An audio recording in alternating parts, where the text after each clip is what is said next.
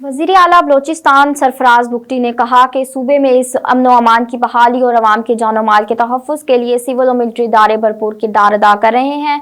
वज़ीर आला बलोचिस्तान सरफराज बुगटी ने गवादर में जश्न आज़ादी के हवाले से मुनक्किदा एक पुरवकार तकरीब से खिताब करते हुए कहा कि माजी में एहतजाज के नाम पर बलोचिस्तान की सड़कें घंटों और दिनों तक बंद रहती हैं, लेकिन आज ऐसी सूरत हाल का खात्मा हो चुका है। इस ज़िम्मन में कमांडर 12 कोर का शुक्रिया अदा करते हैं। सरफराज बुगटी ने कहा कि अवाम से वादा है कि अपनी मजबूत फौज, फ्रंटियर कोर और पुलिस की मदद से सूबे में मुकम्मल अमन व अमान कायम किया जाएगा और वो दिन दूर नहीं जब बलोचिस्तान में अमन का सूरज पूरी आबोताब से चमकेगा।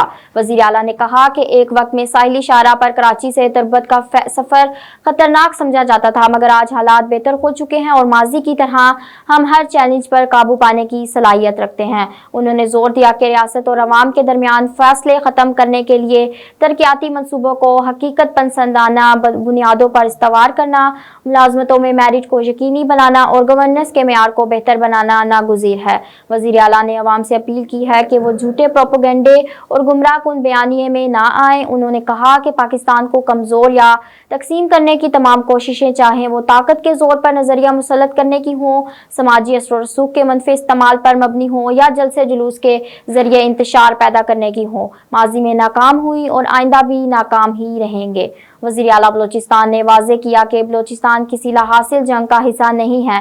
पाकिस्तान को कोई ताकत तोड़ नहीं सकती और ये मुल्क ता क़यामत मजबूत और कायम रहेगा। अब तक के लिए इतना ही। देखते रहिए B42 न्यूज़।